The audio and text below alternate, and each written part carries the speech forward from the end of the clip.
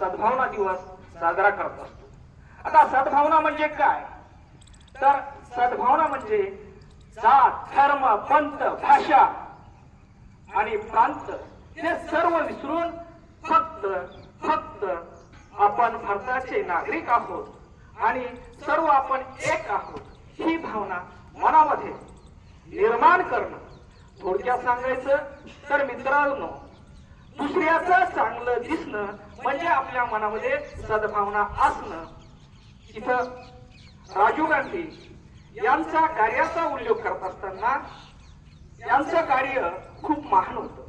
श्रीमती इंदिरा गांधी यांचं निधन झालं, देशामध्ये कठीण आणि बिकट परिस्थिती निर्माण झाली।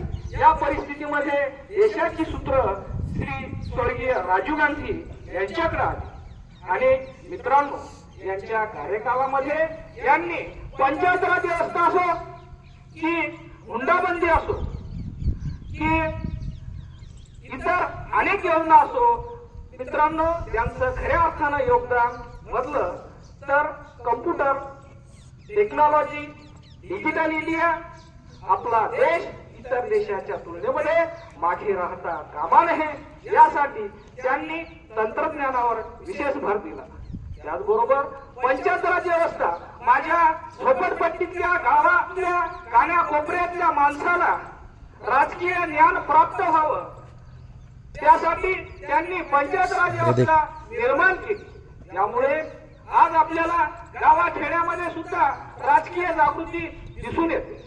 मित्रांनो, एवढंच नव्हे तर या हुंड्यामुळे मुली दिवसाआड विहित लोटल्या जात होत्या, जाळल्या जात होत्या, हे कुठेतरी बंद झालं पाहिजे यासाठी त्यांनी हुंडा विरोधी कायदा संमत केला।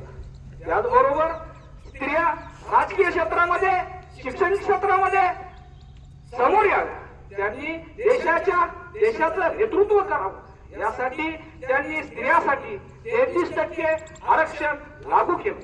मित्रांनो, अशा या महान नेत्याचा आज जन्मदिवस म्हणजेच जयंती।